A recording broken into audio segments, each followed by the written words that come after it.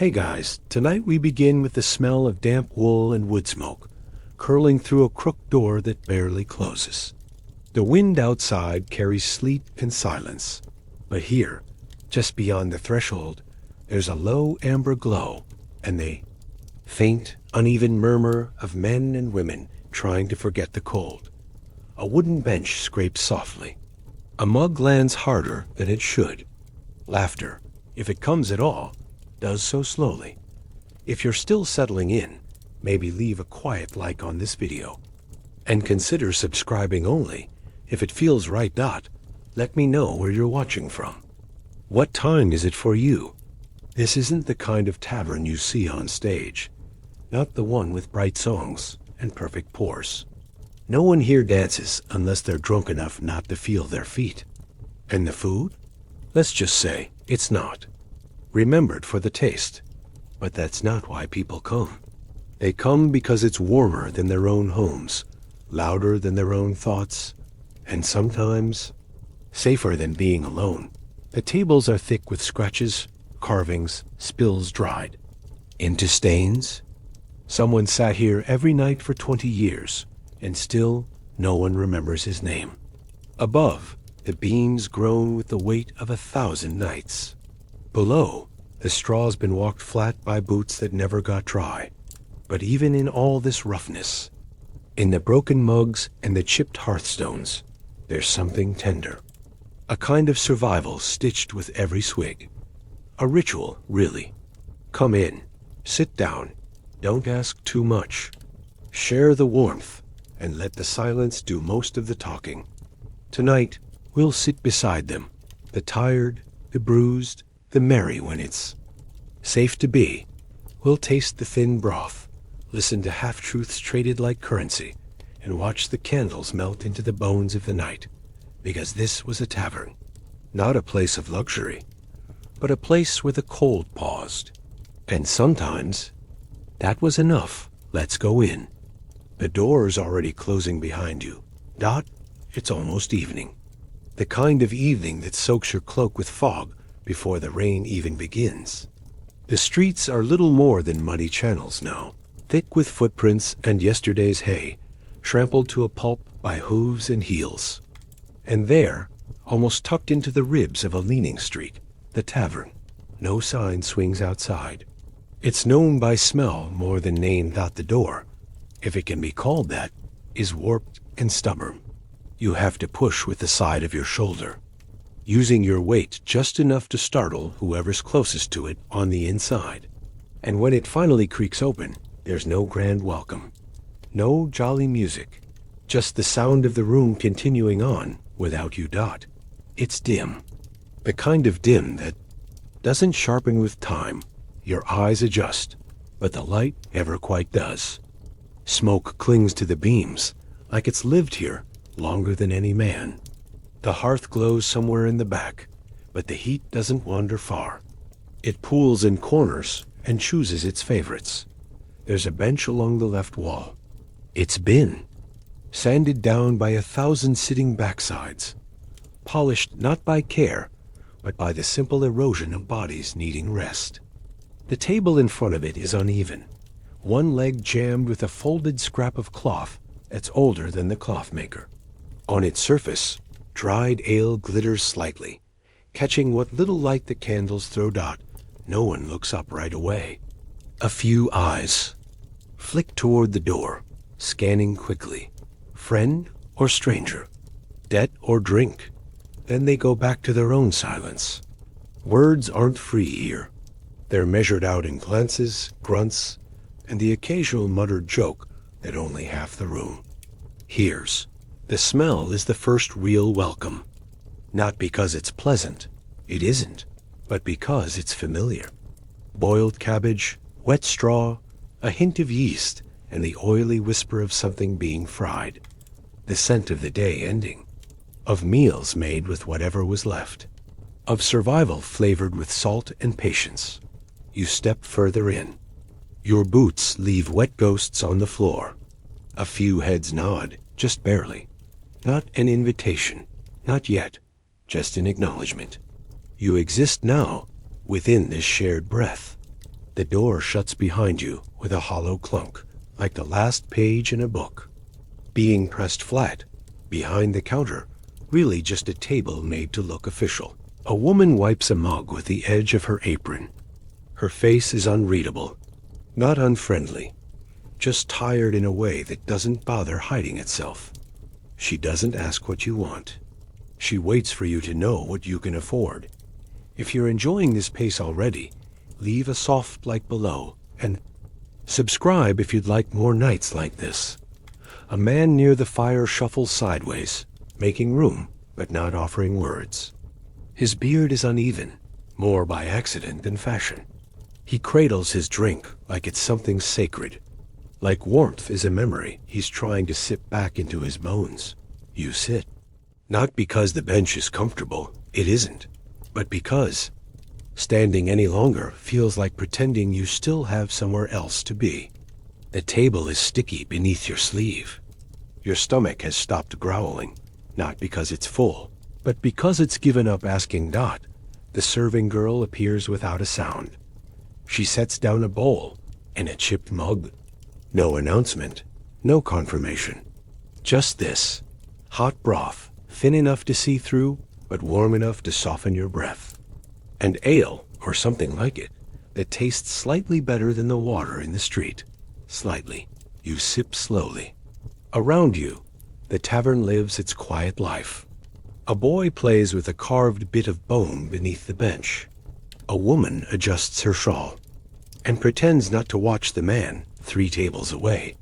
The fire pops once. Somewhere upstairs, a rat makes a decision.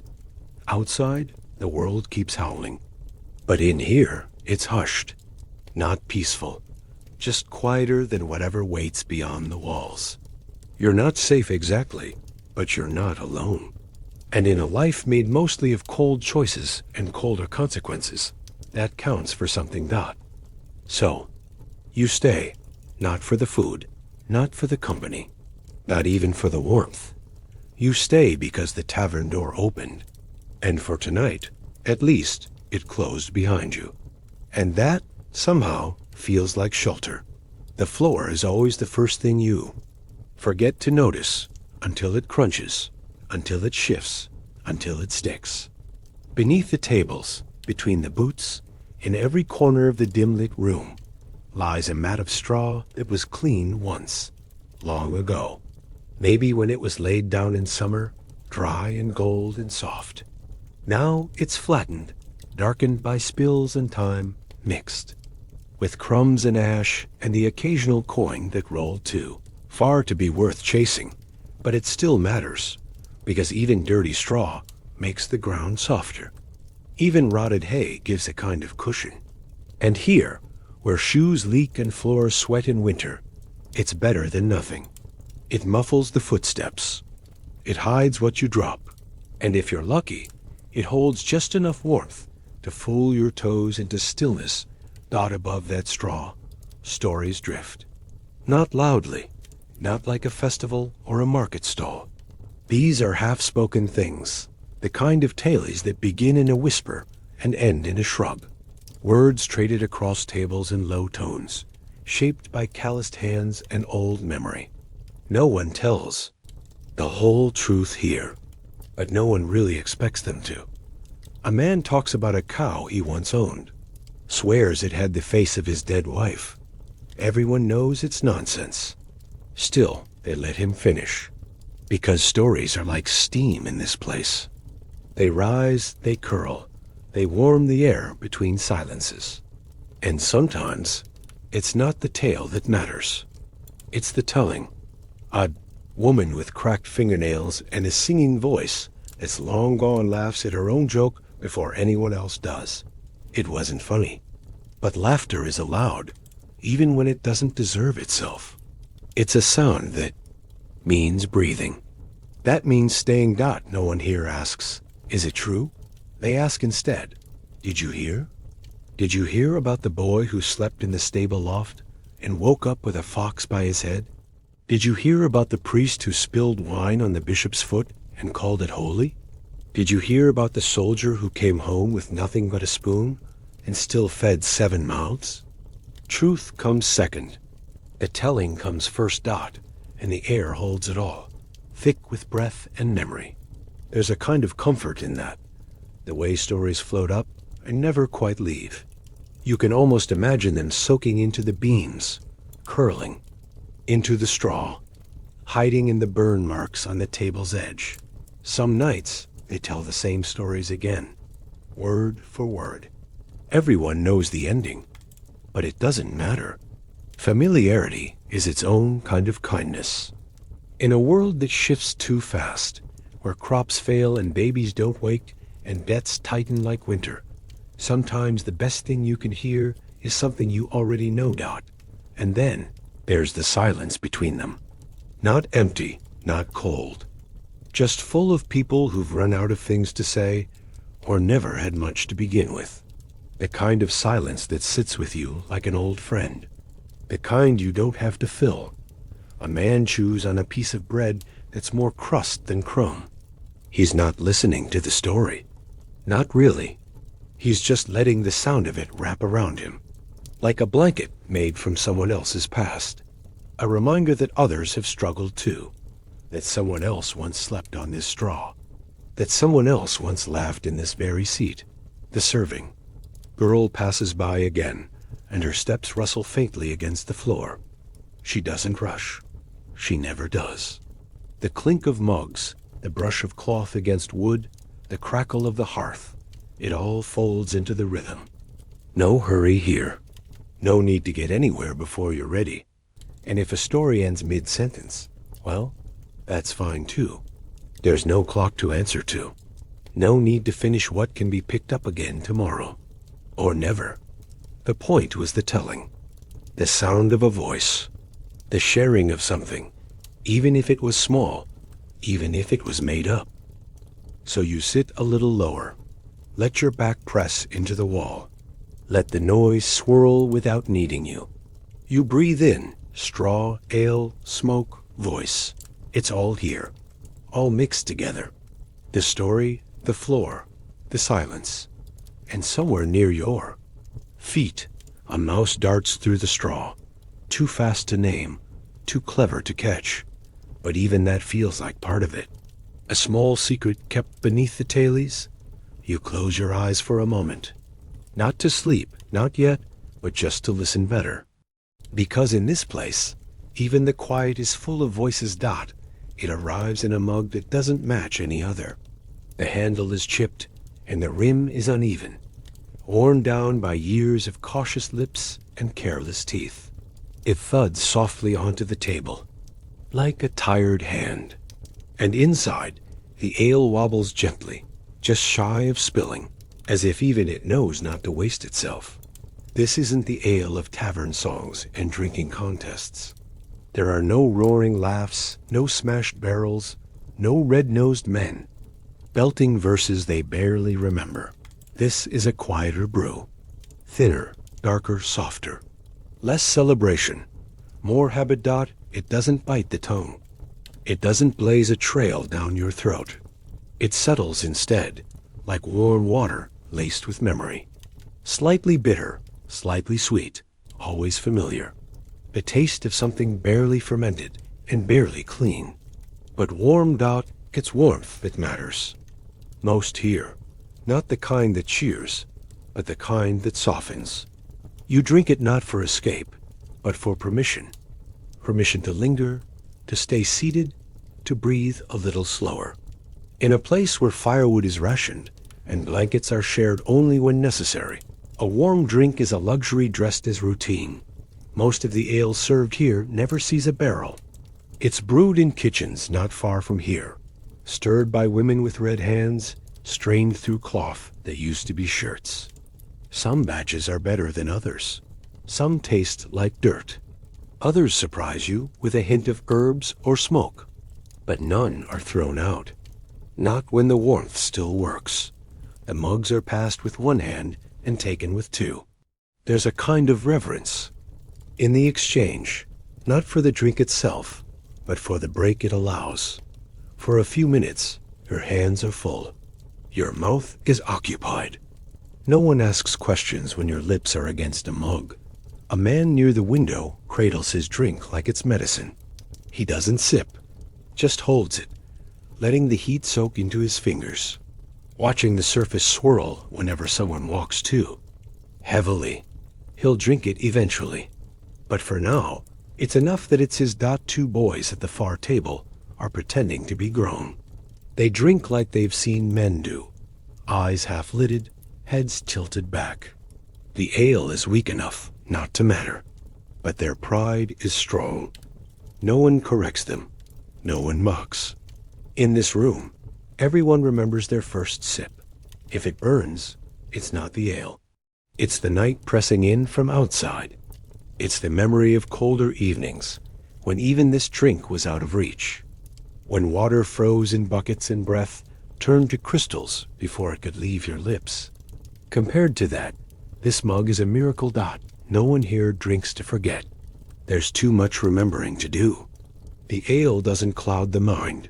It loosens the jaw, lets the words come out easier.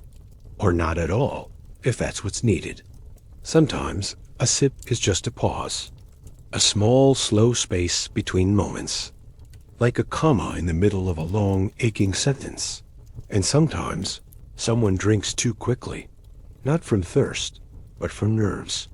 And that's when the quiet changes. That's when heads turn slightly, just enough to let the drinker know. We saw, we noticed, but we won't ask. Not unless you offer. The fire reflects in the ale like a sunken star. You stare at it for a while and wonder how many others have done the same.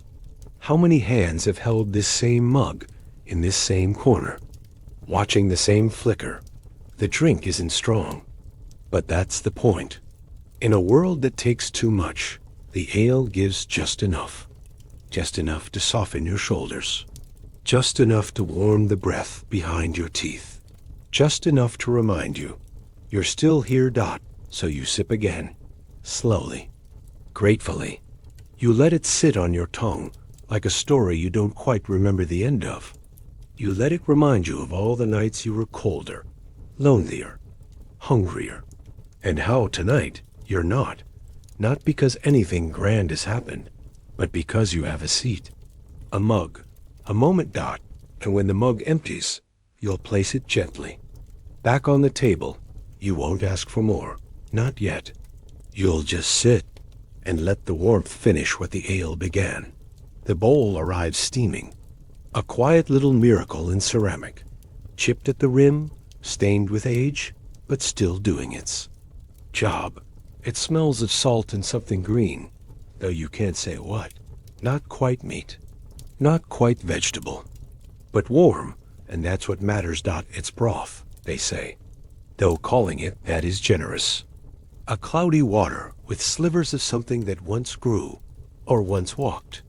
It's thin enough to see the bottom of the bowl, where stray herbs float, like forgotten thoughts, but it's hot. And it fills the air with a scent that tricks your stomach into thankfulness. Beside it, a piece of bread, hard at the edges, like it was baked to last a week, not a day. You tap it with your finger, and it clicks. Not a soft loaf, but a survivor's crust, dense, dry, requiring effort. Bread you must earn with your jaw. And somewhere in the bowl, if you're lucky, a bone. Smooth and pale, it rises through the liquid like a relic. You suck at it slowly, hoping for a trace of marrow. Just a hint of fat, of life, of warmth stored deep inside. This is dinner. This is enough. The broth burns the tongue at first, so you sip from the edge. Careful, patient, letting the heat settle into your throat like a hand pressing softly against your chest. You swallow, and for a moment, the hunger quiets. Not satisfied, but calmed. Across the room, others eat the same. No menus here, no choices. What's in the pot is what's in your bowl. Cooked by someone who knows the difference between flavor and fuel, and who, on good days, tries for both. A woman with tired eyes dips her bread into her broth, lets it soak until soft, then chews slowly, like she's praying. Like each bite, is a hymn. Her spoon clinks softly against the bowl, a quiet rhythm that keeps her grounded. Children eat faster, not because they're in a hurry, but because they don't yet know the value of stretching a meal. Their mouths open like birds, eyes darting to see if there's more. And rarely is the serving girl returns, not to check on anyone, but to collect empty bowls. Her hands move automatically, her apron already wet with the drips of 20 dinners before yours. She doesn't speak. No one expects her to, but her presence is a comfort, a kind of ritual. The meal begins when she places the bowl. It ends when she takes it away. Bones are not thrown out. They're tucked into pockets or chewed until hollow.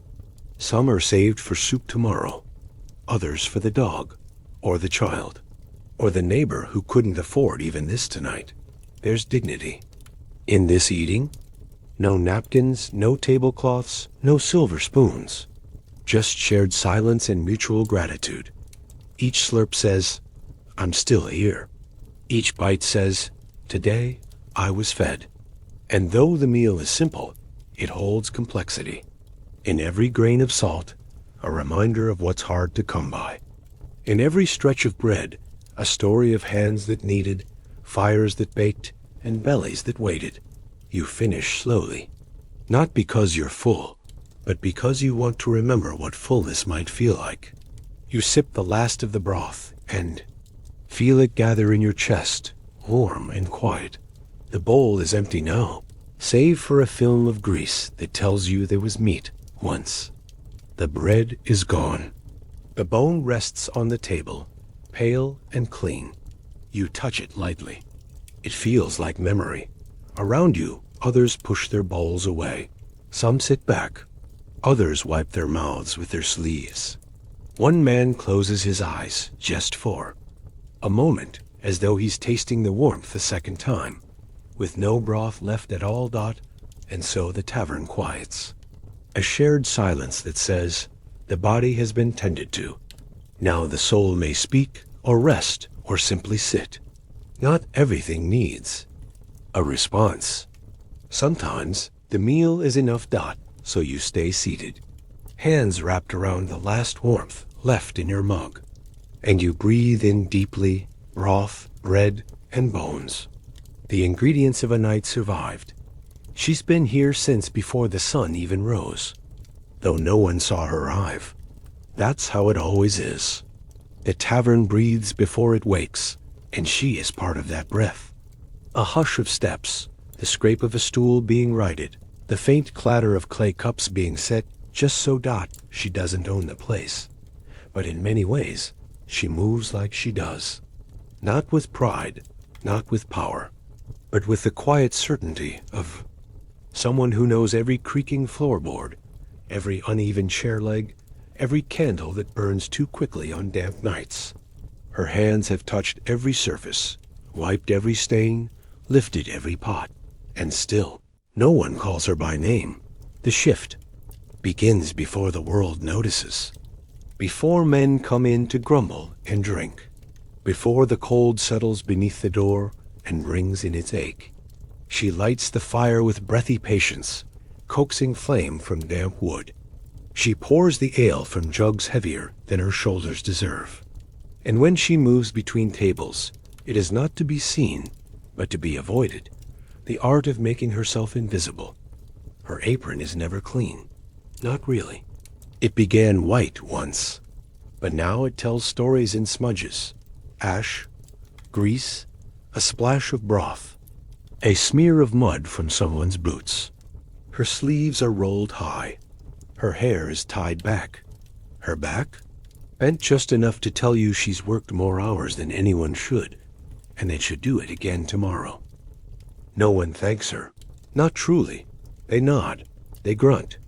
They call her girl, even when she's long past girlhood. But she keeps moving. She takes coins when offered. She pretends not to notice when none come. Her hands are quick, but never rushed. The bowl arrives. The mug is replaced. The crumbs vanish. All with the grace of someone who long ago learned that presence is power. but only if it doesn't ask for recognition. Not sometimes. She hums to herself, softly, a tune with no name. Not for the customers, for herself, a shield against the noise, against the gaze that lingers too long, against the hours that don't end. There's a rhythm to her day, not like a clock, more like tide and current. She moves when the room needs her, disappears when it doesn't, appears again just before someone thinks to look. The hardest part? It's not the weight of the trays, or the heat from the kitchen, or the cold when the door won't shut right. It's the pretending, the performance, of cheerful indifference, smiling at jokes she's heard 1,000 times, laughing at things that aren't funny, making space where there isn't any, swallowing her own hunger when there's not enough broth for two. Sometimes she steals moments, a lean against the counter, a pause beside the window, watching fog gather on the panes, a quick glance at the spoon someone left too close to the edge, wondering if it might fall just so, if she could catch it in time. She doesn't speak, unless she has to, but her eyes carry paragraphs. They flicker from one table to the next, cataloging needs before words reach mouths. She remembers who pays and who promises, who drinks fast and who sips slow, who watches and who waits. She knows who to avoid when they've had too much, and who just needs their bowl placed gently, with no questions asked. By nightfall, she is quieter, not slower, just more inward. The weight of the day has tucked itself into her shoulders, her ankles, the space between her breaths. But she doesn't sit, not even once. There is always something, a bench to wipe, a mug to fill, a cloth to rinse. She keeps moving, like the tavern itself might collapse if she paused. And maybe, in a way, it would. If you're watching, you might see it, the moment she lets herself soften. Maybe when the candles burn low. Maybe when a child falls asleep at the table and no one notices but her. Maybe when she picks up a bone someone left behind, looks at it for half a second too long, and places it gently on a plate. No applause, no tip, just another table, another bowl, another sigh. But she doesn't need praise. She needs sleep. A place to take off her shoes without someone asking for something. A silence that isn't filled with clinking dishes or footsteps. Just rest. And until then, until the last man leaves, and the door bolts shut, and the fire is stirred one final time, she stays, holding the tavern together with her breath, her back, and her hands. There's a corner of the tavern where the light falls differently, not darker, just more deliberate. Shadows gather there, as if they're listening in. The table is scarred with grooves, some deep enough to hold drops of spilled ale like tiny forgotten wells. Around it sit 4 men, sleeves rolled, eyes half lowered, each with a look that says they've been here longer than most of their luck. Dice roll like whispered thunder. Soft clacks against the wood. Not loud enough to draw attention, but never accidental. The rhythm is steady. Throw, wait, murmur, sigh. A game with no name and rules that shift like wind. There's no board, no stakes written down, just glances, just the hush of habit. The dice themselves are small and pale, worn smooth by fingers, their edges rounded by years. One is chipped, one always lands heavy, but no one complains. You play with what you're given, or with what you've taken. It's all the same in the end. Coins don't always change hands. Sometimes it's bread, sometimes it's boots or promises. Sometimes it's nothing more than pride, the kind that matters more than coin when everything else is scarce. They play not to win, but to continue. A moment between meals, between mistakes. No one talks much. The game doesn't need chatter. It lives in the looks, the way a man leans back when he knows he's won, or how another folds his arms tighter. when he doesn't like the odds. Silence isn't uncomfortable here. It's the language of patience. There's a boy watching from under a bench. Maybe 10 years old, maybe less. No one tells him to leave, but no one invites him either. He watches the dice roll with wide eyes, trying to memorize the hands, the faces, the small twitches that come before decisions. It's not the game he's learning. It's the people. One man chuckles once, dry, like dust. He's lost again, but he grins as he hands over his last 2 coins. "Luck's just a girl I owe too much," he mutters. No one replies, but one of the others shifts the candle slightly, so the light falls more kindly on his face. If you listen carefully, you can hear the decisions. Not in words, but in breath. A pause before a throw. A long exhale before calling a bluff. These games are slow storms. No thunder, just pressure. No lightning, just the slow build of knowing something has to fall. The tavern hums behind them. The creak of the serving girl's shoes. The crackle of the hearth. The low whisper of someone remembering a song half forgotten.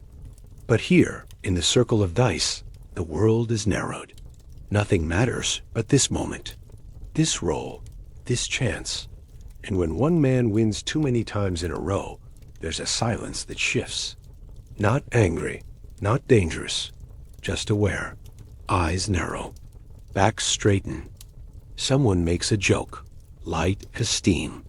And the room breathes again, no one cheats. Not here, not because of honor, but because cheating means you care too much. And caring too much makes you vulnerable. The real game isn't in the dice. It's in staying still when others twitch, in shrugging when luck turns, in knowing when to leave before the next roll. Sometimes someone does leave, quietly. They stand, nod once, and walk into the night. Maybe poorer, maybe not. Maybe just ready for silence that doesn't come with risk. And the dice keep rolling. If you're still settling in, maybe leave a quiet like on this video and consider subscribing only if it feels right, that you think about joining. But your pockets hold little and your pride holds less. Instead, you watch, just for a while, just long enough to feel the tension coil and soften, like a string wound too tight around a wrist. One man laughs again. The candle flickers. The dice fall.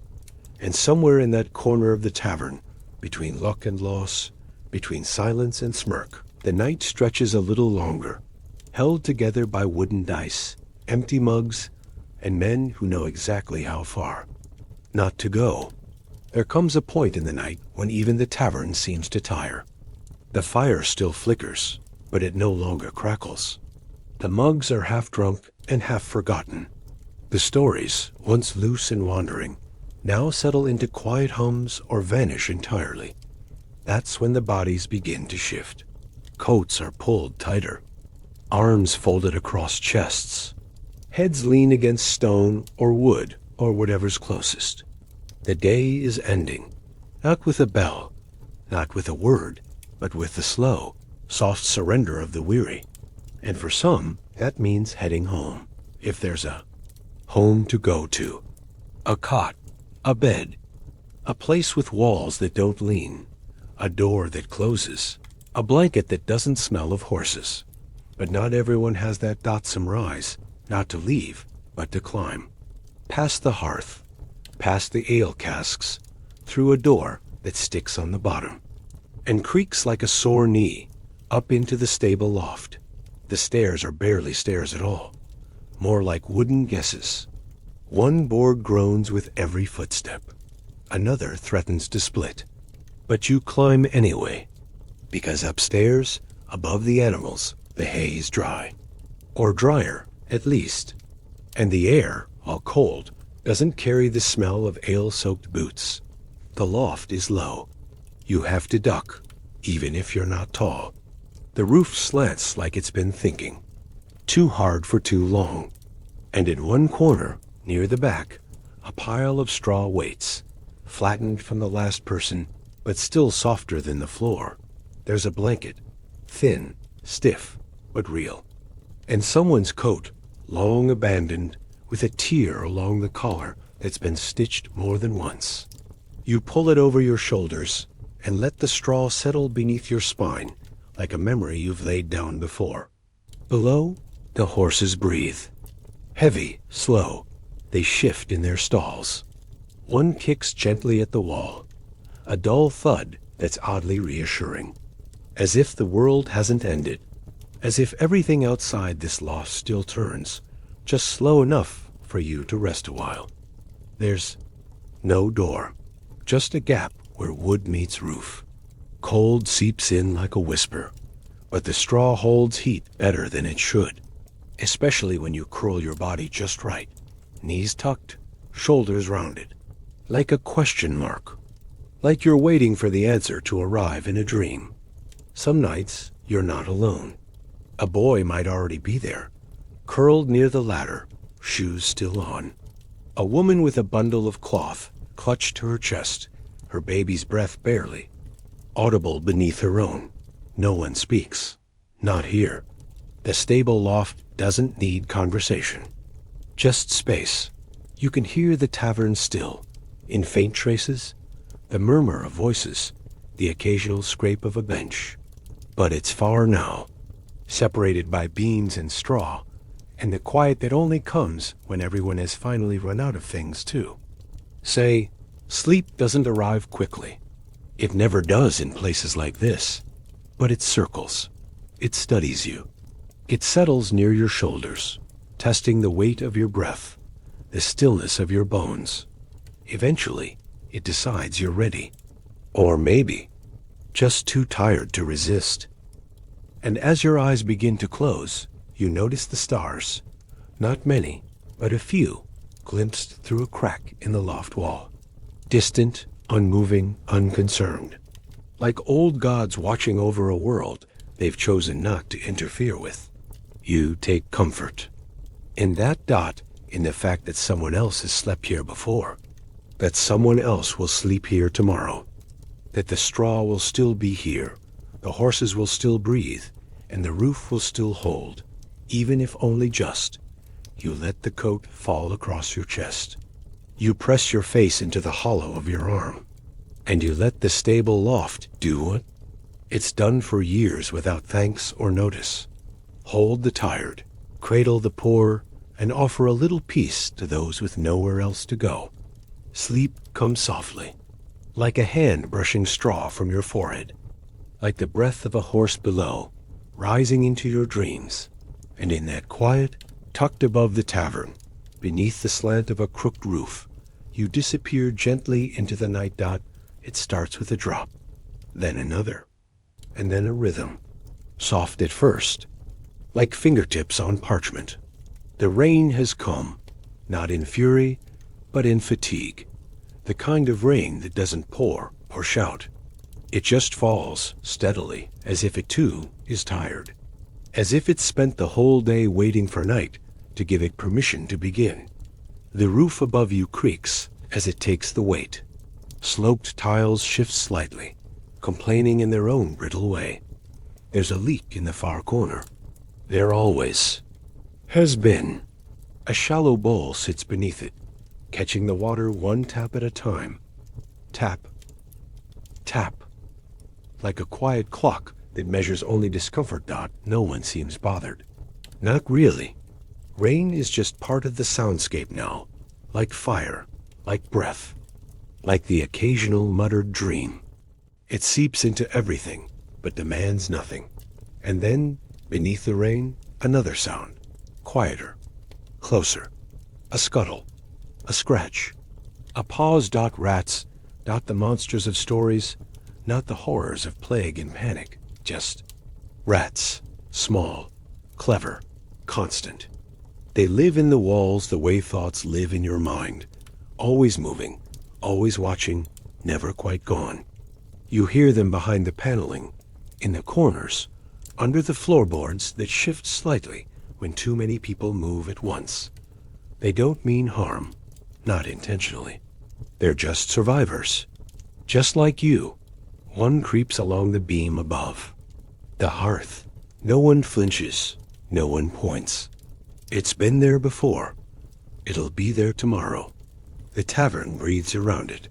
It doesn't mind the company. Rain taps harder now, picking up its pace, like a memory rushing back. The wind moans, low through the cracks in the shuttered windows. A chill creeps into the room. Not sudden, just slowly, like someone standing too close. People pull their cloaks tighter, lean nearer to the fire. The flames don't roar. They flicker, trying their best. A boy wakes from sleep with a sharp breath and settles again, curling into his mother's shawl. She presses her hand to his, back, slow and steady, until his breathing finds its rhythm again. Her other hand holds a spoon still half full with broth, forgotten in the moment. The rat on the beam disappears. A woman by the door mutters something about leaks. Another shrugs. Better inside than out, she says, and everyone agrees without needing to say so. That's the thing about tavern nights. They aren't about comfort. They're about comparison. Better here than the barn. Better here than the street. Better here than nowhere. A man adds a log to the fire, and the sudden crackle is loud, almost rude, but it's welcome. It reminds everyone that heat is still possible. That something, somewhere, still burns. The rain pools near the door, forming a thin stream that winds its way toward the center of the room. A child drops a pebble into it and watches the ripple. No one stops her. Distraction is its own kind. Of warmth dot from the wall behind you. The scratching returns. Quicker now, then silence, then a soft thud. A rat, perhaps, leaping from beam to beam. You imagine it curled somewhere above the ceiling, dry and secret, wrapped in a nest of stolen. Wool and paper. Even they want warmth. Even they dream. If you close your eyes, you can almost pretend the sounds are something else. The rain becomes a lullaby. The rats become whispers. The fire a distant heartbeat. The tavern lives through nights like these. Not despite the noise, but because of it. The sounds remind you that things still move. That time hasn't stopped. That the world, even in its most tired hour, still has a pulse. You watch the candle near your table shrink, its wax slumping into a small pool at the base. A tiny flame, fighting. Not wildly, just enough. Like you. A man snores softly in the corner, his hat pulled down over his eyes. A puddle forms near his boots, but he doesn't stir. He's dry enough? That's all he needs. And so the tavern sighs. The roof leaks. The rats dance. The rain carries on, unnoticed and deeply noticed all at once. You lean back. Let the sounds wash over you. Let the discomfort settle like a blanket, itchy but familiar. You breathe in the damp, the smoke, the scent of wet wool, and you think maybe this is what safety sounds like, when safety has no gold, no promise, no roof without. Holes dot just rain, just rats, just a room full of strangers. Surviving together, every tavern has its own silence. Not the absence of noise, but the presence of quiet things, things that go unsaid. Songs that never quite make it past the lips. Memories that sit too heavy to lift into melody. The lute in the corner hasn't been touched in weeks. Its strings are slack, its body dusted with ash. It leans there like a ghost of a better mood, a remnant of evenings when voices might have dared to rise above a murmur. But tonight, like most nights, no one reaches for it, no one sings. Not properly. A man hums, maybe, deep in his throat. A tune without a name. Just a low vibration he doesn't even realize he's making. A woman near the hearth mouths the words to a prayer disguised as a lullaby. Her voice never rises, but the rhythm rocks slightly in her breathing, in the way she stirs her cup. Even though it's long empty, This is not a night for song. Not really. It's a night for holding one's tongue, for letting the fire speak instead, for letting the wind hum through the cracks in the shutters. That is enough music, Dot, because singing here is a luxury. It requires a kind of hope, a kind of opening. And in a room like this, opening yourself can feel too much like breaking. Once, someone tried. A boy, barely grown, with a voice that carried, just enough to lift the air. He sang a verse, clear, bright, from a ballad about a maiden and a bird. But he didn't make it to the second line. A cough, a scoff. A mug slammed too hard, and the song died in his throat. No one told him to stop, but they didn't need to. Now, the only music comes from movement, from the scrape of wood, the sighs of settling weight, the soft clink of spoon against bowl.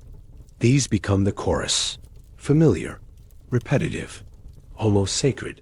You imagine the songs that once lived here, drinking tunes, marching songs, ditties from fields and kitchens, bits of Latin. The priests didn't want them to know. You imagine women singing as they cleaned, men humming while they worked, not for performance, just for rhythm, just for company. But tonight, the songs stay hidden. They lie beneath the straw, in the beans, behind the soot-darkened hearth. Not forgotten, just resting. Because there's something beautiful about restraint, too. About choosing silence. About sharing a space without the need to fill it. In a world that asks so much of the voice, to plead, to barter, to argue, choosing not to sing is its own kind of song. Someone taps a rhythm with their fingers on the table. Not a beat, not quite. Just something to keep time with the flicker of the fire. A silent drummer, keeping company with the dark. And somewhere near the back, a woman hums under her breath. Not loud, not sweet, just there. A note held close to. The ribs like a secret. Her eyes are half closed. She's not performing. She's remembering. If you're enjoying this pace already, leave a soft like below and subscribe if you'd like more nights like this. It makes you wonder what song you might have sung had things been different. If your feet weren't sore. If your stomach weren't so loud. If the night had been just a little warmer. Maybe then the words would have come. Maybe then your voice wouldn't have cracked on the first line. But for now, there's only this. The breath of others. The sighs of sleep. The wind tracing lullabies through the rafters. The memory of music that once rose higher than the fire, stronger than the cold. And somehow, the absence of song makes you listen more. To the small, patient sounds. To the rhythm of bodies slowing down. To the hope that lingers quietly in a room where no one dares disturb the hush. Because not all music needs to be heard to be felt. Some of it is passed hand to hand, breath to breath, silence to silence. And in that silence, you find something that sounds very much like peace. It's not marked on any map. No milestone stands beside its doorway. Yet for those who walk muddy roads and carry news in their boots, this tavern is a destination all the same. Not because it offers warmth, though it does. Not because it serves drink, though it tries. But because here, the world gathers quietly at the edge of a table. There are places outside where men shout news into crowds, where church bells announce births and kings and losses. But here, in this low-ceilinged room with its flickering hearth and slanted stools, the real news is whispered, passed over mugs, wrapped in steam and suspicion. A traveler from 2 towns east shrugs off his coat and says nothing at first. He eats, drinks, stares into the fire, and then casually, as if he's talking about the weather, he mentions a barn that burned, a tax that rose, a neighbor who didn't wake up. The room leans in, not obviously, just a pause in chewing, a shared glance. The news is taken in like breath. This is how stories spread, slowly, softly, Nothing written, nothing signed, but known. The tavern becomes a town square not through proclamation, but by presence. Here, farmers learn what seeds have failed and where wolves were last seen. Here, old men compare wounds, not just on their skin, but in their memory. A broken cartwheel, a lost horse, a child grown and gone. Women speak too, not loudly, but their voices are there, shaping the edges of the room. They trade recipes folded inside gossip. They share warnings disguised as worries. And always, always they remember. They hold the stories others forget. It isn't just what's said, it's what's heard, what's watched. Who doesn't come in tonight? Who leaves early? Who buys a second drink when they never do? Even silence carries meaning. A man sets down his mug harder than usual. That's enough to start a theory. A woman who normally smiles says nothing when the door opens. That's worth a raised eyebrow. The tavern listens and remembers. It's not only humans who carry messages. Horses arrive lathered with sweat, and someone says, "He rode hard." Dogs come skittish, and someone mutters, "Something's not right." Even the sky above the roof, seen only through a slanted shutter, gives signals. A red dawn, a mist that doesn't lift. All of it enters the room and becomes part of the story. And stories, once spoken aloud, have their own legs. They leave this place tied to the hems of skirts, caught in the folds of cloaks, whispered to neighbors before a gate is closed for the night. The barkeep knows more than anyone, not because he speaks, but because he listens with discipline. He remembers the details others forget. The name dropped once, the coin that was too clean, the sigh that didn't match the smile. If anyone could draw a map of the local heartbeats, it would be him. But he won't. He just polishes the same mug and lets people talk near him. This is a court of sorts, a place for quiet judgments. Not in anger, just in knowing. Everyone's watching, but kindly. Usually, you don't have to be perfect here. Just familiar. You realize, as you sit and sip and watch the conversations move like tide pools around you, that power here isn't loud. It doesn't wear a crown. It wears a scarf patched in 3 places. It brings bread wrapped in cloth. It sits at the same bench every night and always orders the same thing. If someone shouts, the room tightens.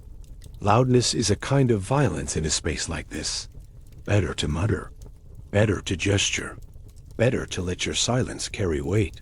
There's a kind of democracy in it, not with votes, but with presence. Show up often enough, and your absence becomes news. And even though you are new or new enough, you feel it.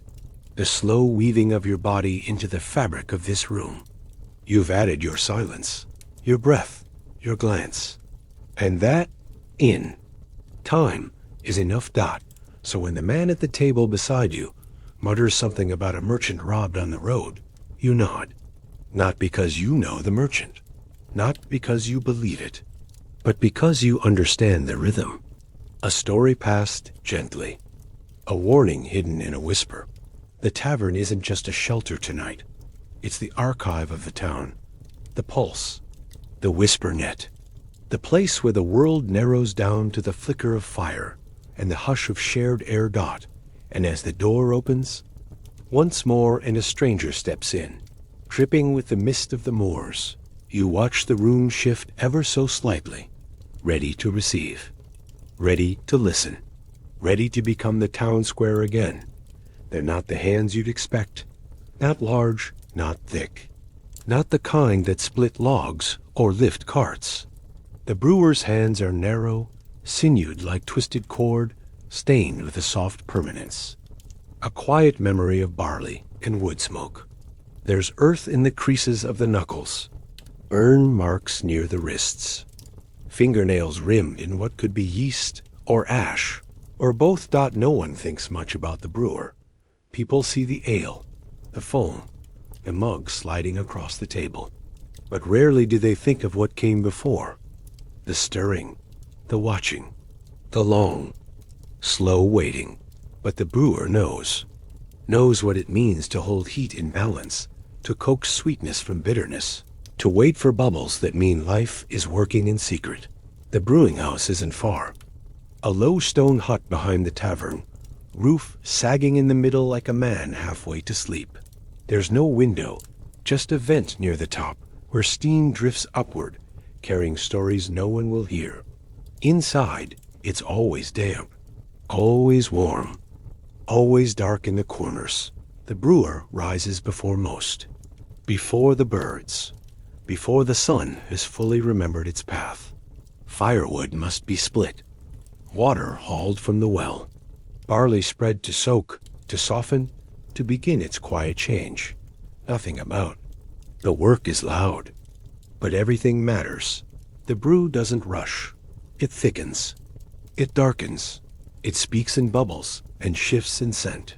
The brewer watches, listens, feels the temperature with the back of a hand, tests by touch, measures not with numbers, but with time held in the body, the instinct of one who has failed enough to know how not to. If the yeast is angry, the batch will sour. If the fire burns too long, the malt will scorch. If the barrel isn't clean enough, well, you only make that mistake once. The brewer carries burns that speak of impatience once paid, scars just below the elbow where hot work leapt from the pot, a line across the palm where a coopering tool slipped, but never a complaint, not from the brewer. The hands simply move, stirring, mashing, wiping, lifting.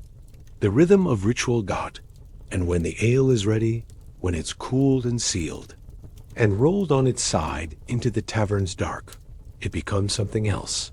It becomes laughter in a mug, a slow evening with friends, a moment of pause in a long, cold life. But the brewer does not drink it, or at least not often. There's a rule somewhere, not written, but understood. When you've watched something be born, you don't drink it the same way. You know its weight, its time, its cost. Still, the brewer smiles when others raise their mugs, watches from the edge of the room. Not pride. Exactly. Something quieter. Like knowing your child has walked without falling. Like a candle you lit flickering in someone else's window. If you're still settling in, maybe leave a quiet like on this video and consider subscribing only if it feels right. Sometimes someone thanks the brewer. A nod. A coin slipped discreetly. A compliment about the batch tasting warmer than usual. The brewer always answers the same. It was a good grain this time. But it never is just the grain. It's the stirring, the watching, the waiting. The brewer doesn't sing, doesn't joke much. But the hands speak. They speak when lifting a pot too hot for others to touch. They speak when sealing a barrel with cloth soaked in vinegar. They speak when cleaning up, long after the last drink is poured. And when night comes, and the tavern sleeps its slow sleep, the brewer stays behind, not because of duty, but because ale needs a second fire, the one inside the cask. A warmth, without flame, a fermentation of faith. So the brewer waits, brushes ash from a sleeve, pours a small mug, just a taste, takes a sip and nods, once, to no one, then pours the rest back. No waste, just respect. These are not heroic hands, not famous, not praised. But without them, the tavern's silence would be colder, the mugs emptier, the nights longer. They are the hands that warmed 100 hearts without ever needing applause. And tomorrow, before the sun even thinks to rise, they'll stir again. The fire's glow is soft now. It's done its job for the night, burned through the dampest logs, driven the worst of the cold back into the corners. But it no longer crackles with purpose. It flickers, slows, sinks into itself, like a storyteller nearing the end of a tale. Around it, the room leans inward, not out of reverence, but necessity. The cold creeps in through the walls, under the door, between the roof beams. The fire becomes a shared secret, not enough for warmth, but just enough to pretend. The hearth is low and wide, rimmed with blackened stone. Ashes puff up when stirred, releasing the scent of char and meat long gone. A pot rests on the edge, half full, of broth that no one wants, but no one dares waste. Beside it, a tin plate with crumbs so old they've stopped belonging to bread. And all around, stretched on benches, hunched near chairs, curled up near the walls, lie the bodies of the night's last lingerers.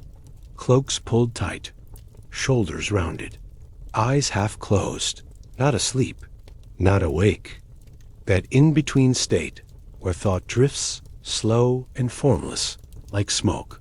And then, the scratch, barely audible, but enough. A quiet scrape behind the knee, a twitch of the shoulder, a subtle shift of fabric.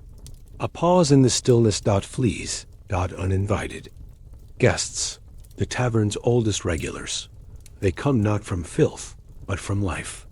From straw, from warmth, from bodies pressed too close for too long. They are survivors. Like everyone else here, someone coughs. Another rubs an ankle with a grimace, so practiced it barely registers. It's not shameful, not scandalous. It just is. They bite in silence, and the scratching becomes a shared language. No one speaks of them. No one swears at them. That would give them too much power. Instead, people shift. Reposition. Roll sleeves down. Pull socks higher. Small defenses against. Small discomforts. A boy picks one from his wrist and flicks it into the fire. It vanishes in a spark. He smiles slightly. A victory. The only one he needed tonight. The fleas don't stop conversation. But they change it, make it shorter. Make people think about sleep, about beds, about the thin line between comfort and irritation. The firelight dances across rough faces, casting long shadows that flicker like silent puppets. It glows on mugs and knives and wooden spoons. It gilds the edges of poverty, makes the worn things shine for just a moment.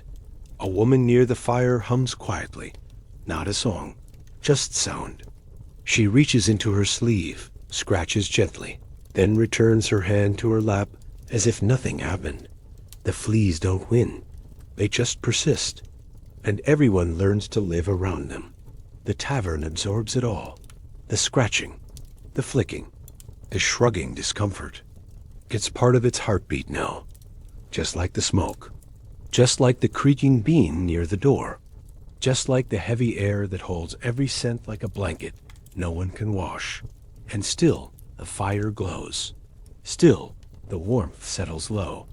Still, the night unfolds in slow, stubborn inches. If you're enjoying this pace already, leave a soft like below and subscribe if you'd like more nights like this.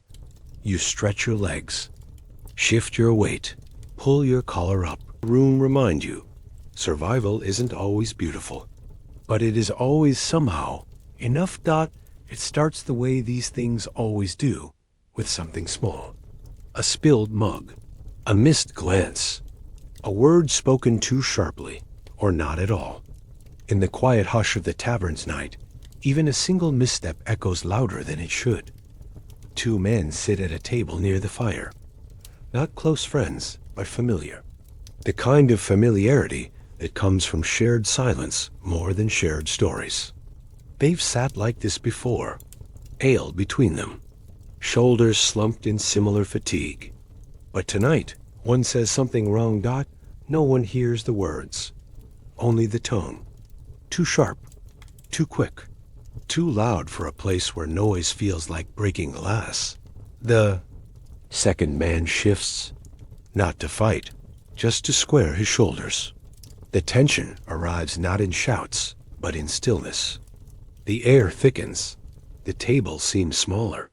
Even the fire dims a little, as if pulling back in anticipation. Around them, no one speaks. But the room listens. Arguments here aren't like the ones in plays. There's no grand insult, no tumbling chairs. Just quiet words with heavy roots. The kind that carry days of silence, weeks of hunger, years of tired eyes, and frostbitten fingers. One man stands. His hand clenches, then loosens. He speaks again, and this time it's lower, measured. But the apology hasn't come yet, because apologies in a tavern aren't simple. You don't say, "I'm sorry," like a spell that fixes everything. You say it with your hands, offering your bread. You say it with your eyes, holding someone else's gaze just long enough. You say it by sitting back down, by leaving the table the same way you arrived. The second man breathes, long, deep. He picks up his mug, drinks, and sets it down slower than before. A sign. The first man sits. No more words. Just quiet. And in that quiet, the tavern exhales. This is how it's done, not with trauma, but with dignity. With the understanding that in a world already too full of loss, you don't let pride take. You're only fire for the night. Elsewhere, another argument brews. A couple, old enough to have fought this same fight for years, disagree in whispers. Something about coin, about where it went, or didn't, but even they know how far not to go. The woman pulls her shawl tighter. The man lowers his voice. The flames crackle between them like an old friend reminding them to keep it down. And every now and then, someone does say sorry. A serving girl knocks over a bowl, and the old man it was meant for flinches. But before he can speak, she places her hand gently on his shoulder. Her eyes meet his. No words needed. The bowl is replaced. The moment passes. These are the apologies that matter most, the ones made not to win, but to stay, to remain welcome, to keep the thread from fraying too far. If you're enjoying this pace already, leave a soft like below and subscribe if you'd like more nights like this. The tavern is not a place for grudges. There's no room, no time. When people live this close to the edge, forgiveness becomes a kind of currency, not traded, just offered, quietly, like placing an extra log on someone else's fire. The two men near the hearth speak again, finally, about nothing important. The weather, the road, a price someone charged for cheese. But the tone has changed, softer. Like cloth rinsed clean. Someone in the back lets out a slow laugh. Not related, just timed well. The tension breaks. The fire lifts, and the room moves on. No records kept, no debts owed. Just the soft knowing that we all fray, sometimes. And that mending is done not with thread, but with patience. So you sit back, sip your drink, and listen to the quiet rise again. Because in this place, even an argument can be folded into peace. It lingers, not sharply, not foul, just there. In the wood, in the cloth, in the very air of the tavern. The smell of old ale and ash. It's the scent you notice first when the door swings open. Before the light, before the noise. It meets you like an old coat, familiar, threadbare, comforting in a way that only something warm can be. Ale lives in the floorboards here, spilled in 100 different accidents, soaked into every fiber of wood, wiped half-heartedly by aprons and boots. It clings to the tables, each with their own sticky corner. It soaks into mugs that never quite dry, and it floats in the breath of men who drink more slowly than they mean to. But it's not sour, not anymore. It's aged past that. It's the ale of memory, not the drink itself, but the lives around it, the laughter that spilled half the pint, the argument that knocked over the jug, the silence that followed a clink too sharp. Every drop held a story. And now those stories have steeped into the grain. Ash fills the rest of the room. From the hearth mostly, but also from pipes long since emptied, from candles that burned themselves out on lonely nights, from burnt crusts scraped from the bottom of a too-old pan. It's not choking, this ash. It's soft, settled, the scent of things finished, the ghost of fire. Together, they make a kind of perfume. One no one would bottle, but everyone here recognizes. The scent of the end of the day, of tired hope, of survival layered upon itself. You inhale without thinking, and you're part of it now. It sinks into your clothes, into your hair, into the fabric of your evening. You'll carry it home, if you have a home to go to. You'll wake with it in your nose, and maybe for a moment it will feel like safety. The tavern breathes it too, in and out, slow, even when the world outside howls with weather. This scent keeps the cold company, reminds everyone that something burned here, that something fermented, that something mattered, if only for a night. Sometimes a new traveler crinkles their nose when they walk in. You see it, that moment of hesitation, that half-thought, should I go somewhere else? But there is nowhere else, not here, not for miles. And even if there were, would it smell any less real? No perfume could fake this. No scented oil could mimic the way warmth mixes with sorrow. Near the hearth, an old man stirs the coals. Ash billows faintly, catching the firelight like snowflakes made of time. His fingers, dusted gray, move without thought. He's not tending the fire. He's tending the smell, making sure the room stays familiar. Anchored behind the counter, the serving girl wipes down a mug that's already clean. Not to polish it, but to breathe. The cloth moves in circles. The ale smell rises just enough to make her eyes soften. She's known this scent since she was small, since before she knew what ale was. A dog sleeps near the door, curled tight, nose tucked beneath its tail. It's chosen the spot where the ash is warmest, where the wind doesn't reach. It dreams of bones, maybe, or of the day someone dropped a loaf and didn't take it back. A woman in the far corner hums low as she folds cloth into a basket. Her fingers pause briefly at the edge, not to rest, but to let the moment settle. The smell reminds her of something, a night like this one, years ago. She doesn't say it aloud. She doesn't need to, because everyone smells it. The ale, the ash, the end of things, made soft and bearable. It's the scent of 100 quiet nights, of mugs passed from hand to hand, of warmth traded for coin, of sleep won by inches, of candles allowed to burn all the way down. And in that smell, strange as it may seem, is comfort, not joy, not glee, just rest. If you're still here, still breathing it in, still letting it settle into your lungs like a lullaby made of earth and effort, then you understand. You belong in this place. You are part of what the walls remember. And tomorrow, when the door swings open again, someone else will smell it too. And they will know, before they sit, before they speak, that someone, many someones, were here before them. And that maybe, just maybe, that matters. They sit close to the wall. Always the wall. Not at the center. Not near the fire. Not by the door where the cold drafts through. Just slightly removed. Far enough not to draw attention. Close enough to listen. Widows. Not in black veils. Not in theatrical mourning.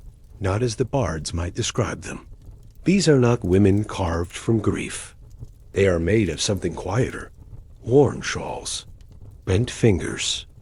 Eyes that see without searching. They don't always come together, but when they do, they sit side by side like stones in a riverbed, smoothed by time, untouched by the current that rushes around them. They speak little, if at all. And when they do, it's rarely about what was lost. There's a bowl between them, one spoon. They take turns, not from custom, but from understanding. One dips, one waits. The rhythm is older than hunger. No one interrupts them. No one sits at their table without invitation. Children, sometimes, wander too close, but even they pause, sensing something sacred. Something sealed. They watch the room, not to judge, just to remember. They see the man with the bandaged hand, and they nod, not in pity, but in recognition. They see the girl with holes in her shoes and place a small wrapped cloth under her bench when no one's looking. A heel of bread, a folded scrap of wool, nothing large. Just enough. One of them hums. Not a song, a sound. The sort that rises without effort, without melody. It moves through the air like a kettle just about to boil, never quite whistling. They don't flinch when mugs drop. They don't blink when arguments rise. Their presence stills the air around them, not by force, just by being. Others make space for them. Not because they are fragile, they are not, but because they are quiet. And in a room like this, quiet is rare and precious. A man approaches once, too bold, too loud. He asks for a coin, or maybe a smile. They say nothing. They don't have to. He leaves, because the wall table is not for conversation. It's for being, for sitting with the weight. Of what remains, they don't speak of the ones they've buried. Their husbands, their sons, the lovers who left and didn't return. There is no list, no names. Just the silence where those names would be. It fills the space like smoke. Not choking, just present. If you're still settling in, maybe leave. A quiet like on this video, and consider subscribing only if it feels right. Some nights, one doesn't come, and the others know why. There's no worry, no rush to ask. Just a longer pause at the table. A bowl pushed slightly to the side. A bench left unoccupied, but still warm in memory. They are not lonely. They have each other, even when they sit without touching, without speaking. They have this room, this wall, this fire, far away, but near enough to feel the edge of its heat. You watch them, just for a moment, and they know you're watching. One looks up, meets your gaze, holds it for just long enough. Not to ask anything, not to tell you anything, just to let you know. They see you. They always have, and that's enough. The room continues around them. Men laugh too loud. Someone argues about the price of ale. A chair breaks. The fire cracks. But at the wall table, nothing moves too quickly. Nothing is wasted. Every gesture is intentional. Every silence is full. They will leave when they are ready. They will rise slowly, collect their things, wrap shawls over shoulders, step into the night without announcement. And the tavern will breathe a little differently after they go, because they carried something with them. Something old, something known. And left behind just enough of it for the rest of us to remember. How to sit still. Trust isn't loud in a place like this. It doesn't shout across the table or declare itself over mugs. It doesn't thump its chest or rattle. Coins in a palm. In the tavern, trust is quieter. A glance. A seat left open. A second ladle of broth, poured without being asked. It builds slowly, like warmth from a small fire. Coaxed with care, fueled by repetition. Flickering until it holds. You don't trust someone because they smile. Smiles are cheap here. Everyone has one, whether they mean it or not. No, trust starts when someone moves their coat just enough to make room. When they shift their weight so your shoulder won't touch the wall. When they don't ask where you've come from, because they understand that asking is sometimes a wound. There's a man who always sits near the same bench. He speaks little, but always nods when someone new arrives. Just once, not deeply. But enough. Over time, people nod back. That's how it begins. At the bar, a girl who pours the ale keeps a mental list, not of names, but of patterns. Who always pays, who pays late, who tries to, but can't. She never says a word, but she adjusts the pour, adds a splash more, leaves a crust of bread when she knows someone's too proud to ask.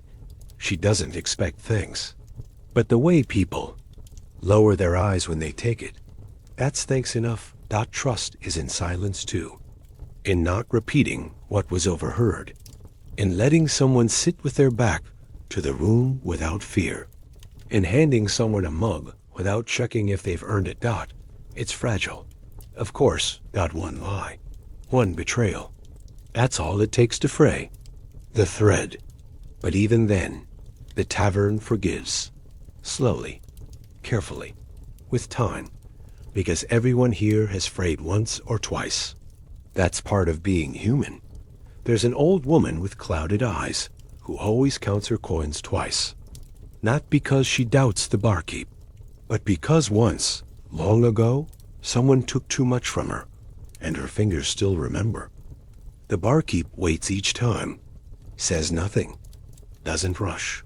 That's trust, too. Giving someone space to fear you without becoming offended. You've seen it. The man who leaves his bag under the table to use the latrine. The boy who ties his dog outside without a lead, knowing someone will call it back if it wanders. The woman who leaves her child asleep on the bench while she walks to the back room for a moment of quiet. All of them, trusting that the tavern will hold what they leave behind. Sometimes, someone new arrives, sharp-edged and loud. Distrust worn openly like a badge. They test the room. Speak too much. Laugh too hard. But the tavern has its own gravity. Over time, even they soften. Their voice lowers. Their laughter becomes real. Because the tavern teaches you. It doesn't scold. It simply surrounds you with the steady presence of others who've learned the rhythm. And eventually, you fall into it too. If you're enjoying this pace already, leave a soft like below and subscribe if you'd like more nights like this. Trust doesn't mean safety. Not always. There's still risk, still memory, still the ache of what's been broken before. But here, trust means that even if something goes wrong, someone will notice. Someone will help. Or at the very least, someone will sit beside you until it passes. A man drops a coin on the floor and doesn't look for it. Another reaches down, finds it, and hands it back without a word. That's all. No thanks needed. It's a small thing. But it matters, because in a world where so much must be guarded, where belongings, stories, and emotions are wrapped tight, a place where you can set something down and not watch it is rare. And precious. So you stay a little longer. Not because of the drink, not because of the warmth, but because you're not being watched. You're being seen. And that a room full of strangers is something like peace. The door opens, but not with the wind this time. That it opens with purpose. With boots that pause before entering. With silence that wraps itself tight like a scarf pulled high against suspicion. And when the man steps through, broad-shouldered, wrapped in wool, eyes sharp beneath his hood, the tavern feels it before anyone turns to look. The watchman, he isn't feared exactly, but he carries the weight of rules in a room built on exceptions. He represents the outside, the part of the world with walls, fines, names written in ledgers. In here, names often go unspoken. He removes his gloves slowly, shaking off the rain. A long breath. His coat steams faintly in the firelight, as if he's been walking for hours. The tavern watches him from the corners, not staring, just noting. Is he here for someone? Or for something? No one runs. No one hides. But shoulders shift. Conversations pause. Mugs lower. He nods at the barkeep, not warmly, not coldly, Just enough. The barkeep nods back, slides a mug onto the counter. No charge, no words. It's an old understanding. Even the law needs warmth now. And then the watchman doesn't sit. Right away, he stands near the fire, holding the mug in both hands. He doesn't drink. Just lets the heat soak into his fingers. You can almost hear the tension melting from his shoulders. He's younger than his walk suggests, but older than his face wants to admit. His eyes carry stories, not the kind you tell. The kind you walk away from, quietly. A child whispers to her mother, "Is he here for someone?" The mother shakes her head, presses a finger to her lips. That's answer enough. The tavern adjusts, slowly. Voices resume, lower than before. Someone coughs on purpose, just to hear the sound. Someone else stirs a spoon longer than needed. The room tries to remember what it was like a moment ago. But the watchman brings gravity, not danger. Just a reminder that outside there are rules. And sometimes they come looking for those who forget. Eventually, he sits. Not in the center. Not in the shadows. At the table nearest the window. His back to the wall. His eyes on the door. He sips, then drinks, then breathes. No questions. No accusations. Not tonight. He watches the room, not like a predator, but like someone learning the tune, measuring who belongs where, who moves how, who's new. And in return, the tavern watches him. For the same reason. If you're enjoying this pace already, leave a soft like below and subscribe if you'd like more nights like this. Because the watchman isn't just a figure of law. He's a man. One who walks cold streets while others sleep. One who knocks on doors no one wants opened. One who has seen more than he's said. One who sometimes, just sometimes, wants to sit where no one asks. Tonight, he's given that. A plate appears at his table. Bread, cheese, a bit of meat. He didn't order, but it's placed gently. A gesture, not a transaction. He nods, eats, slowly, not hungrily. Thoughtfully. The room accepts him. Gradually, a woman passes with a candle and doesn't look away. A boy drops something near his chair, and he helps retrieve it without a word. That's how it begins. How the tension softens. The room lets him in, inch by inch, not because he's needed, but because tonight he's one of them. When he finishes, he leaves a coin on the table, more than needed. He wraps his gloves around his fingers, tugs his hood up, and pauses at the door. For a moment, he looks back, and just for that second, his face softens. A kind of thank you, a kind of apology, a kind of longing for the warmth he can't stay long enough to claim. And he's gone. The door closes. The air shifts. The fire flickers. And the tavern, once again, is its old self. But now, there's a story added to its walls. A quiet chapter. A night when the rules sat beside the fire and asked for no names. There's a hush that comes not from silence, but from surrender. The tavern is full, yet somehow quieter than it's been all night. Not from sleep, though a few heads rest. Against walls, a few hands go slack around mugs, but from stillness. From that deep, shared exhale of a long day fading into the ashes of itself. The candles are burning low. Their flames dance slowly now, no longer tall and eager, but tired. Each wick leans, drowning in a pool of soft wax. The light they throw is honey-colored, warm and uneven, bending across faces like a gentle hand. Shadows stretch long across the floor, climbing up the beams like ivy. This is the hour when one talks unless they must, when even the coughs seem quieter. When chairs stop creaking because no one dares shift their weight. A mug tips slightly, not spilled, just near it. A man steadies it with one finger. No one notices. Or they do, but they choose not to react. That's how it is this late. You let the world soften. A dog sighs in its sleep near the fire.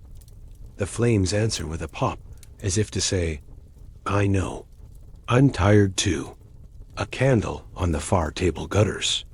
Its wax spills gently over the edge of its holder, solidifying mid-drip. The wick flares once, then settles, as if deciding to stay just a little longer. This is the time of whispered thoughts, of quiet questions asked into the rim of a cup, of eyes closing just for a moment too long, only to flutter open with the faint embarrassment of being seen. But no one judges. Not at this hour. A woman stares into her mug, long since emptied, tracing her finger around its rim, like she's remembering something she's not ready to forget. Two men at the back table play their final round of dice, not to win, but to mark the end. The pieces fall slowly. No cheers, just nods. The game concludes without a winner. That feels right. The tavern itself seems to curl inward. The walls feel closer, the ceiling lower, the warmth deeper, not from heat, but from presence. From knowing that everyone here chose not to leave just yet. And still, the candles burn low. They carry with them the scent of beeswax and tallow, of smoke barely born. It mixes with the ale, the stew, the old wood. A perfume of ending. One candle dies. No drama, just a soft hiss. A wisp of smoke rising like a final word. No one replaces it, because at this hour, darkness is welcome, that it quiets the mind, blurs the faces, turns the room into a place of flickers and edges, where voices come slower, and time stretches like shadow. A child whimpers in sleep. Someone hums without meaning to. The tavern listens, holds it all. Even the rats have quieted. Even the wind seems gentler. You sit back. Let your fingers relax. Watch the candle nearest you fight its own exhaustion. It's been burning for hours, giving everything it had. Now it wobbles on its base, begging for rest. And still, it glows. If you're enjoying this pace already, leave a soft like below and subscribe if you'd like more nights like this. In this hour, there is no need for decisions. No stories to be told, no truths to confess. Only warmth, only weight. Only the sense that, for once, nothing more is expected of you. The candles will go out on their own. The fire will smolder. The night will carry you with or without your permission. And when the last candle does die, there will be no morning. Just darkness. And maybe peace. Because sometimes all that's needed is for the flame to last as long as the silence. And tonight, in this tavern full of strangers and breath and sleep, the silence is more than enough. The water sits in a bucket near the hearth, cold, still, clear enough to reflect the firelight, but not clear enough to see through. It was drawn this morning, or maybe yesterday, hauled in by someone with tired arms, and no praise. It's clean water. Or clean enough. It hasn't yet been stirred by soap or sullied by backwash. It hasn't known the weight of a boiled bone or the taste of iron from a rusted blade. It's simple, honest, and for now untouched. But the mugs waiting beside it are not. They rest in a slanted stack, clay and tin, wooden and horn, some chipped, some stained. Each one carries a history of hands and lips and breath, of stories told between sips, of arguments settled and started, of heat passed mouth to mouth. The mugs are dirty, not with filth necessarily, but with living, with repetition, with the soft grime of ordinary survival. A serving girl picks one up, turns it in her hand, wipes it once with a cloth that might have once been white, then again, then dips it in the water. The water takes it without judgment. Soft swirl, a ripple, the whisper of warmth, leaving the clay. Then she lifts it out, looks through it, Shrugs not good enough, because here, cleanliness is a matter of degrees, of intention, of effort, not perfection. The mugs don't shine, but they serve. And so do the hands that clean them. She sets the mug down on the drying cloth, or what passes for one, and reaches for another, each one a little heavier than the last, not in weight, but in meaning. Some were used by men who laughed too, loud, some by women who drank alone, some by the boy who fell asleep before finishing. You wonder how many mouths have touched these rims, how many lips have trembled around the edge, how many secrets were spoken into the steam rising from the eye. Broth. The water grows murky, bit by bit, a faint gray cloud spreading beneath the surface. But still, it's used. There's no waste here. The cleanest part of anything is the willingness to begin.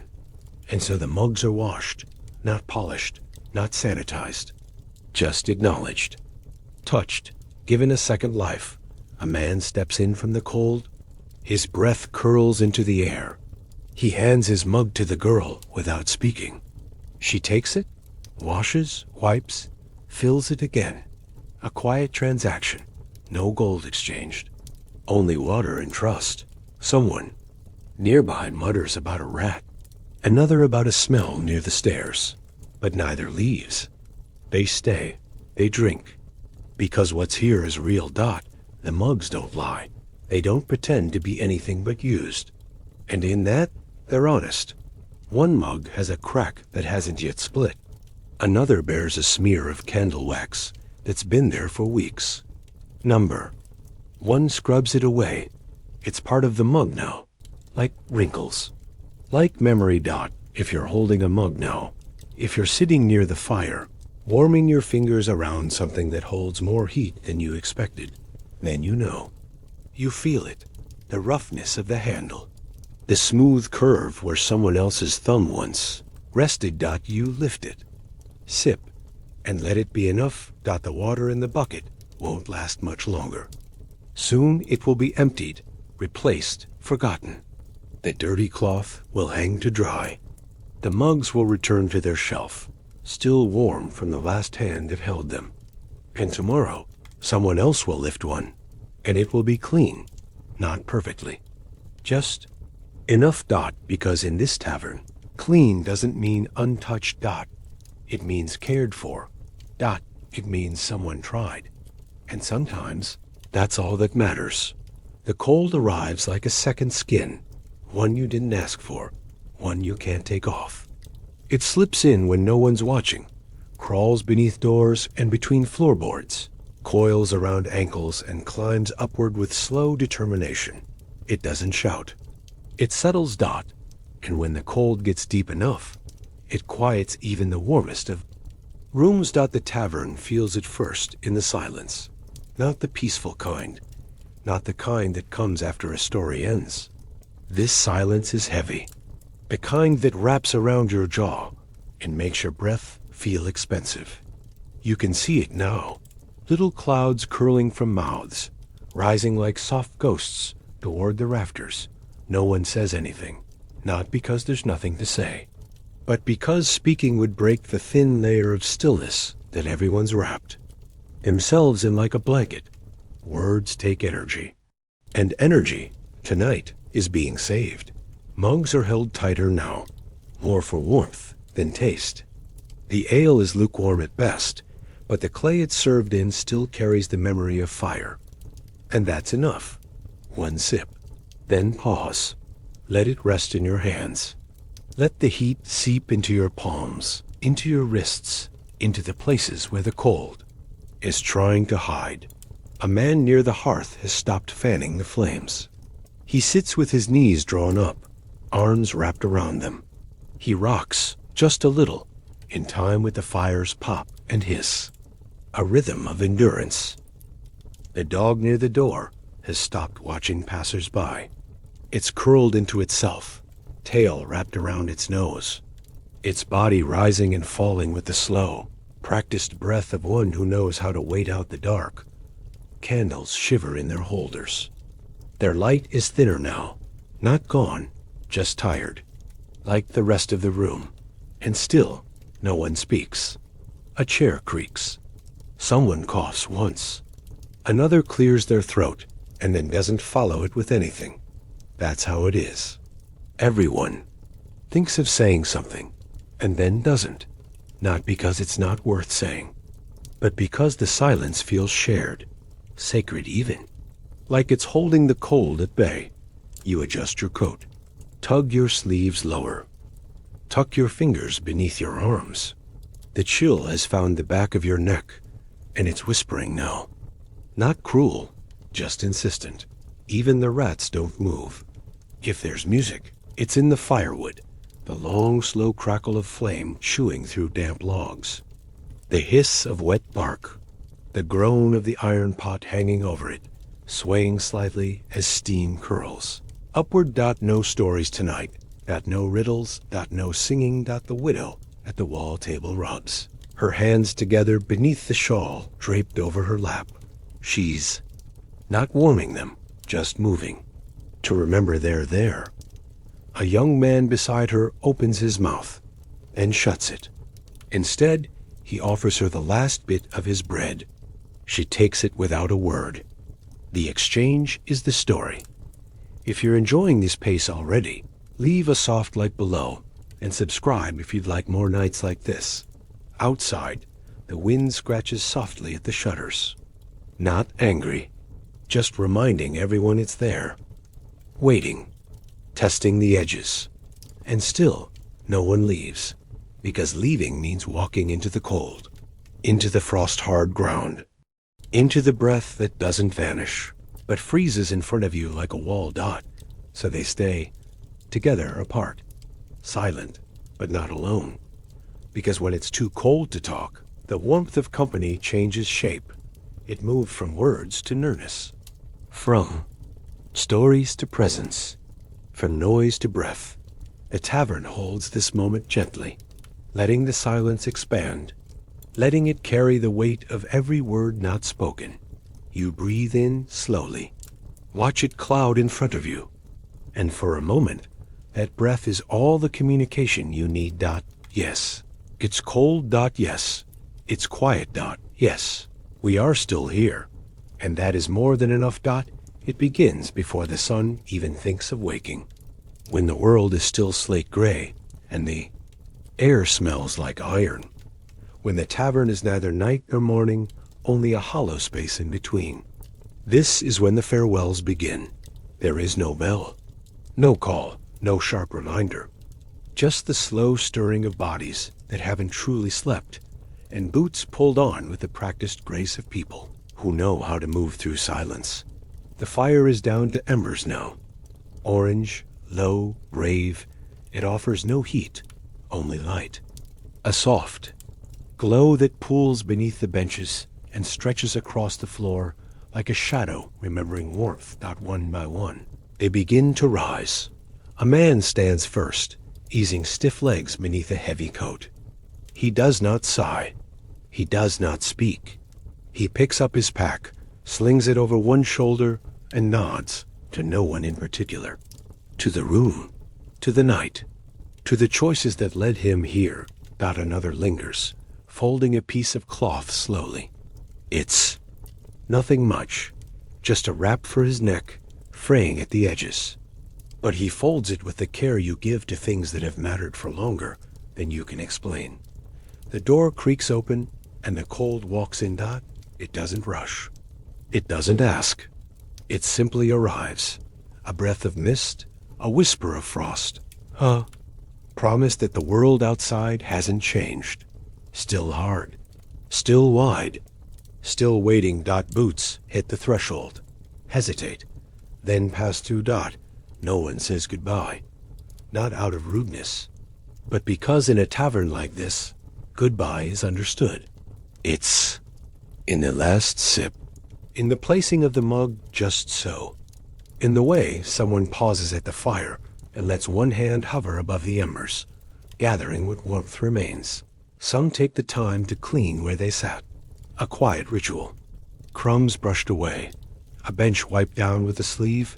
Not for pride, just respect. The space gave them shelter. This is how they thank it. A woman with red-rimmed eyes tucks a bundle beneath her cloak. Her baby doesn't wake as she steps carefully between benches. The child has learned already how to sleep through movement. She doesn't look back when she leaves. Another stays longer, sitting at the table, tracing circles into the wax left by the candle. He has nowhere urgent to go, but knows he can't stay much longer. When the light changes, just barely, he'll follow. That light comes slowly, slipping through the cracks near the shutter. Not golden, not bright, just pale, tired, like a sky rubbing the sleep from its eyes. A boy opens the door for his father, or perhaps for the man who agreed to walk with him through the next village. Neither says anything, but they step into the same cold together. That's what matters. If you're enjoying this pace already, leave a soft like below and subscribe if you'd like more nights like this. The serving girl clears the last bowl. Her hands are red from cold water, from long hours. She doesn't complain. She nods once to the man still sitting. He nods back. That is their farewell. The widows at the wall table are gone. You didn't see them leave, but their bench is still warm. Their bowl is empty. Their presence lingers like the scent of herbs and wool. Even the dog is gone. A spot near the hearth, once fur-covered, now bare. A few paw prints pressed into the soot by the fire dot, and now you're left. Still here, watching the tavern return to stillness. The chairs are askew. The candles have drowned in their own wax. The air smells of ash and footsteps. You rise. You pull your coat tighter. Tuck your hands into your sleeves. And you stand. The door for a moment, not to hesitate, but to notice. To remember what this space gave you. Not comfort. Not certainty, but shelter. A night survived. A quiet kept. A silence shared. You open the door. The morning breathes in. And you step through it, leaving the tavern behind, like a dream that was almost too real. The door does not slam. It does not creak like it did last night. It closes slowly, heavily, like an old friend seeing you off with a nod, not a wave. You don't look back, not because you've forgotten, but because there's nothing more to see. The tavern remains behind you, full of warmth that isn't yours anymore, of stories still settling into the straw, of a fire now burning for someone else. The air outside hits you like a held breath, cold, clean, sharp in a way that only morning can be. It smells of frost and chimney smoke, of something beginning, even if nothing truly has. You pull your cloak tighter, adjust your pace. The road ahead is soft with mud and mist, the path barely visible, only half there. But you know where to place your feet. You've walked this kind of silence before. Behind you, the tavern shrinks into the landscape. Not physically. It's still there, squat and leaning, smoke rising in a lazy curl from the chimney, but emotionally. Already, it begins to feel like memory, like a chapter that's finished even before you've turned the page. You carry it with you, though, in your hair, where the scent of ash lingers, in your hands, still warm from a mug now passed to another, in the folds of your coat, where the air is just slightly thicker from the hours spent breathing someone else's breath. A crow calls in the distance. Another answers. The world is waking slowly, not with urgency, but with the same heavy quiet you've just left behind. You pass a tree where someone's carved a name. The bark is cracked now, swollen around the letters. Someone loved someone here, once. Maybe they still do. You nod at it, softly. There are stories everywhere, if you know how to look. A stone catches your foot. You stumble slightly, but your balance returns, like instinct, like ritual, like waking from a dream and remembering who you are. You reach the bend in the road where the tavern disappears entirely from view. And there it is, that moment, the one where you wonder if it was ever really there. The smells, the sounds, the silence, the warmth, the weight of other people's sorrow, draped around the room like coats hung near the fire. Did it happen? Of course it did. You feel it in the way your body moves differently now. Slower, calmer, like you've been exhaled. Like you've been held just for a while, in a place that asks nothing from you, except to stay. That's the magic of it. The door closed behind you, not to shut you out, but to let you go. Will open again. For someone else, for many others, it has always opened. It has always closed. That's how it survives. That's how we do too. If you're still settling in, maybe leave a quiet like on this video and consider subscribing only if it feels right. Wagon rolls past. A wheel squeaks in protest. You step aside without thought, nod to the driver, receive a nod in return. Another silence. Another understanding that the world outside is not cruel. It is simply cold, but you've carried something out with you. Not a souvenir, not a keepsake, just the quiet, the warmth, the memory of being in a room full of strangers who made space for you, without question, without demand. You keep walking. The mist begins to thin. A faint line of light appears behind the trees. Not a sunrise, but a suggestion of one dot. And though the fire from the tavern is far behind you now, something inside still glows. A flicker, a softness, a reminder. That sometimes the quietest places leave the loudest echoes. Somewhere behind you, it still burns. The tavern. That low-bellied room tucked into the landscape like a held breath.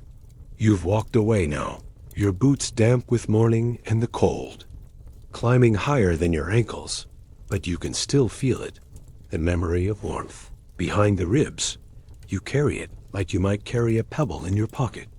Small, slightly rough, but grounding. And still, the fire glows.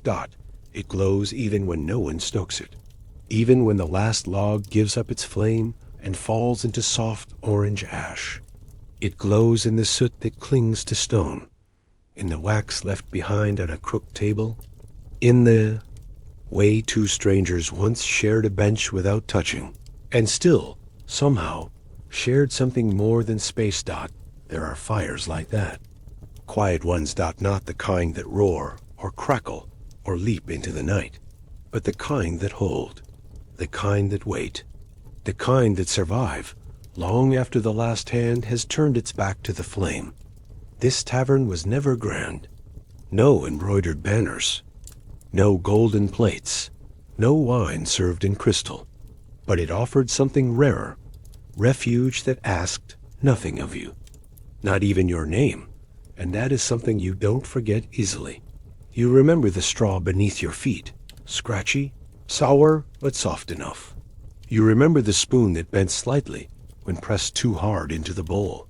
You remember the woman at the wall table who said nothing and still told the whole story of what grief can look like after the ache turns to stillness. You remember the weight of a mug in your hand, the slight shake in your fingers, the way someone passed a plate without being asked. These were small things. But that's how fire survives. In small things, the world is made of noise, hoofbeats and shouts and coins tossed like questions. But inside that tavern, the silence spoke louder, and it said, "You are safe. For now. For tonight." Here. If you asked what time it was, no one would answer with a number. They'd say, "After the bread's gone," or "Just before the candles give up."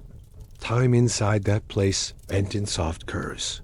You measured it by the length of a sigh, by how long the ladle sat in the pot before someone stirred it again.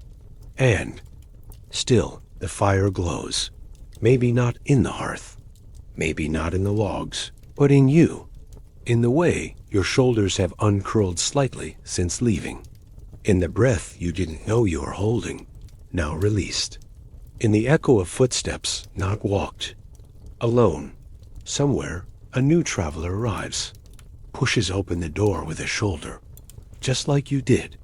They will smell old ale and damp wool. They will wonder if it was a mistake to come. They'll hesitate at the threshold, and the tavern, kind in its wornness, forgiving in its silence, will let them in, without fanfare, without question dotted.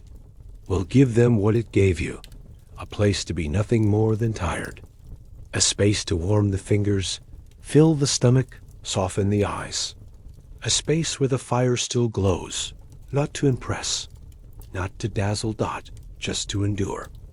Because sometimes that's what matters most, not the light itself, but the knowing that someone kept it going, that while the winds howled and the roads disappeared in fog, a room waited with a chair that didn't belong to anyone until you sat in it. And when you left, it didn't hold you back.